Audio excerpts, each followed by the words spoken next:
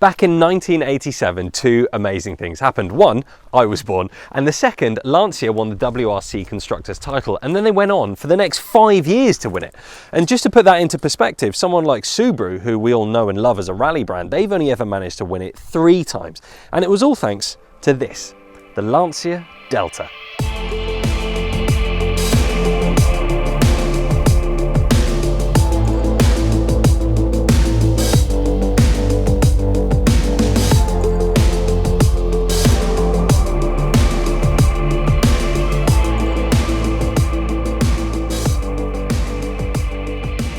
Now there's been a few variations of the Delta. The first one was the HF, that had 128 horsepower.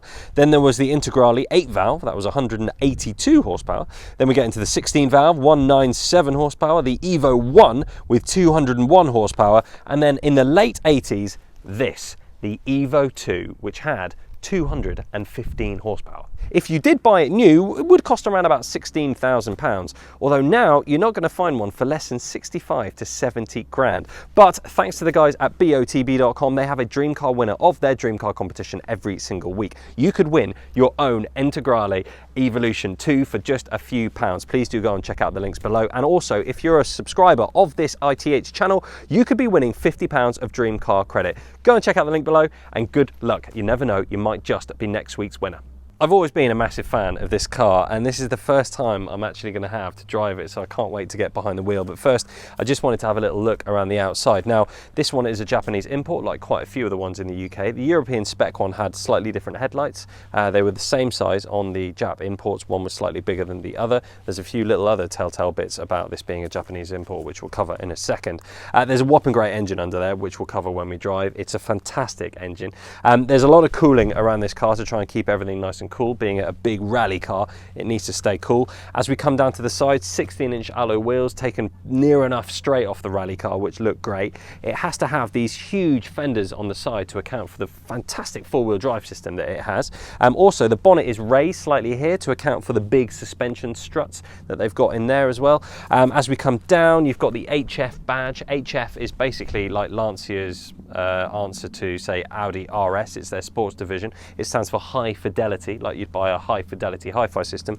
And you might see around the car there's a few elephants. There's a few running elephants, and apparently story is that basically they went into a meeting room and went, right, we want this car to be depicted by an animal. What shall we pick?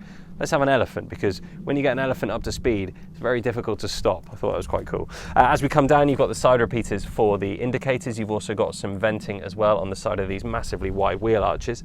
You've got the wind deflectors that come on the Japanese import versions. Also, you have manually adjustable wing mirrors, saving a bit of weight. Probably just didn't want to put the the electronic one in. Lancia badge on the side. This is a 4-door hatchback, so there are 4 doors. As we come round to the back, you've also got a another telltale sign that this is a Japanese import. The aerial for the European spec is on the roof, and for the Japanese one, it's on the side here at the back. Also, it has an adjustable rear spoiler. It has 3 different modes. At the moment, it's kind of in its mid mode. It can go flat, or it can also go into full attack mode, which is near enough vertical. Looks quite cool, especially if you're really wanting that rally look. As we come around to the rear, if you have a look at this car from a little bit further back, it looks so cool. It looks so wide, and it literally just screams rally, but just for the road, for the country roads, which we'll get to drive it on very shortly. You have this massive blue Integrale badge on the back, and I think with the yellow car, it looks really cool. This one has a slightly different aftermarket exhaust. As standard, they came with this kind of rectangular little exhaust system, which didn't sound that good and didn't really give it, I think, the soundtrack that it deserves. This one sounds a lot better, and you'll hear that in a few minutes' time. Let's quickly show you the boot. Just show you how much room you get in here. As you can tell, the Integrale, the Lancias have a tendency of being a bit squeaky and a bit rattly from that day and age of cars, and I think it just gives it a little bit more character, which I love. In the back, plenty of room for shopping and things like that. You probably wouldn't want to go on holiday in terms of, you know, taking it to an airport with loads of suitcases in, but squishy bags and things like that, fine. Lancia decided to put the spare wheel in the boot, so that takes up a bit of room. You can take that out. There is a small hole over here here, you can unlatch that, and there's a reservoir in the back for the rear windscreen wiper. There's also a little light in the back, which when you twist, it doesn't do anything. You have to make sure you have the main beam on the car, so the lights need to be on the car for you to use the switch for the light in the back, which is a bit odd, but I suppose quite Italian design for you. It is squeaky, isn't it? As we come around to the side, just wanted to quickly touch on the fuel cap. It's a cool little thing of this car. It just looks quite like kind of fighter pilot, I suppose. It's got those massive studs around it. You just stick the key in, turn it, pull it out, stick unleaded fuel only in it. Let's jump in the back and just have a look at how much room is there. So as we get into the rear of the Evo 2, as you'd expect in quite a small hatchback, there's not a massive amount of room, but it's really not that bad. I mean, you wouldn't really want to go long journeys in the back, but what I love is that they continue the Alcantara theme from the front right into the back, so you get these lovely soft seats, and they are really, really soft as well. All the doors, they're lined in Alcantara as well. We'll talk about these door handles in a second when we get into the front, because I think they're pretty cool. Manual windows in the back, although you do get electric ones in the front. A couple of grab handles here, a few little hooks for putting shirts on or whatever, and a couple of little lights at the back here as reading lights when you open the doors. This isn't really the place you want to be, because the place you want to be is sat in the driver's seat, so let's go and do that now.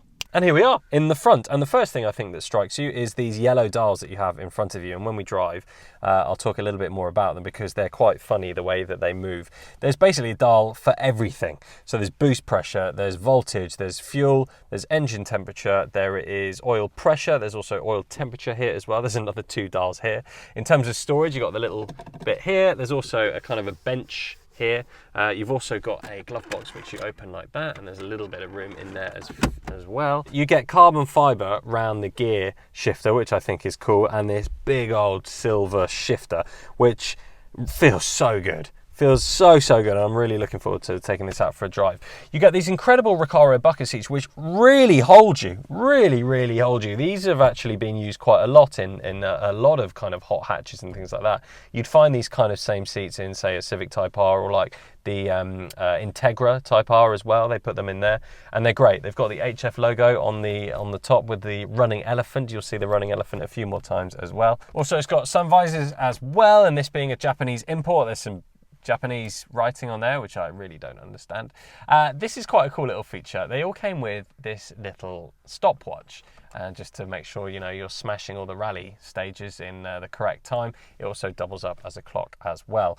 You've got the Momo Corsa steering wheel. This comes as standard, as do the pedals as well. The driving position in this is a little odd. You're kind of a bit skewed, but brings to the characters of the car. Little quirky fact about the Integrale Evolution 2, this light stalk here, this is taken off a Ferrari F40, so you'll find the same one in an F40. And that's actually not where the Ferrari similarities end. This door hatch reminds me of the same one that is in a GT C4 Lusso.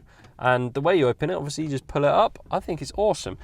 As you can tell, lots more Alcantara all around. You've got the switches for the electric mirrors down here. But this car is all about how it drives and how it makes you feel driving it. And with that, we should take it for a spin. But just before we do take it for a spin, let's listen to how this sounds.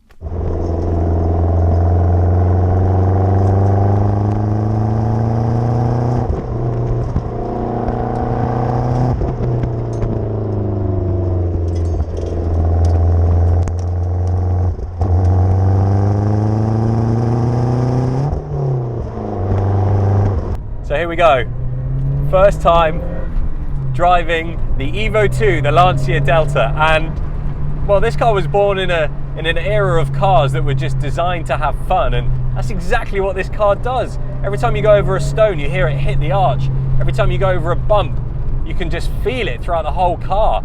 But this car, coming from that rally pedigree, just soaks it up.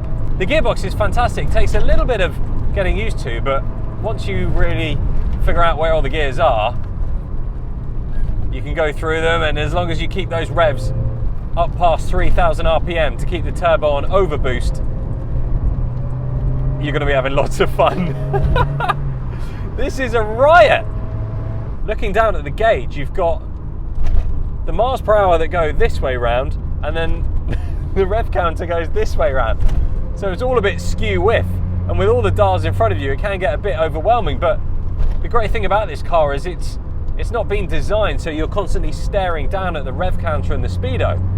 What you are doing is hooning around the countryside. And that's exactly what this car does so well. After driving it now for a little while, the only thing that I'd change, and quite a few people have actually done this as an aftermarket thought on these cars, is put a spacer just in between where the steering wheel is and the boss for the steering wheel, just to bring it that little bit closer to you. You're quite high up in this car. It gives you great visibility, but you don't feel quite as low down. And to get that real go-kart feel, if you've just had the steering wheel that little bit closer to you, you get that kind of slightly more race car feel as we clatter and rattle down the road. That is probably one of the only things I can really say that I think would make this car a bit better. Other than that, why didn't everyone buy one of these for 16 grand? It is awesome. As you look down and you see the fuel gauge going from full to empty, back to full again, not really knowing how much fuel you really do have in the car, it goes to show that when they built it, they just wanted to have so much fun. They weren't bothered about all these little intricacies in the car. They just wanted you to go out and enjoy driving it. Problem is, I really don't know if we've got a full tank of fuel or we're about to run out. The way the suspension works with all the other components of the car, especially the four-wheel drive system, just gives you this absolutely incredible handling. Going around corners, it just kind of feels like it's on rails.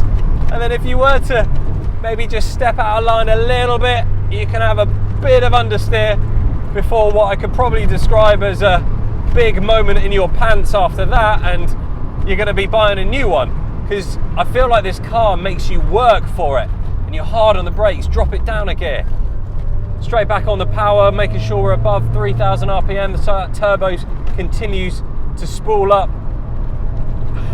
Who needs a racetrack when you've got the countryside of Britain to play in? When you search for this car on YouTube and you see the owner's reviews and how they talk about this car so passionately, all of it is true. All of it's true. I don't know why, but even going through a tunnel just puts a big smile on your face, and you know, you're only doing 40 miles an hour, and then you come out of the tunnel and you're greeted with all these twisty, windy roads. It's exactly what this car is built for. Oh, it's like driving Nirvana as we rattle down the road, and it feels like everything's about to fall off this plasticky dash. Just doesn't really scream out luxury, but every component that goes to the actual driving of this car feels like it was made by the driving gods.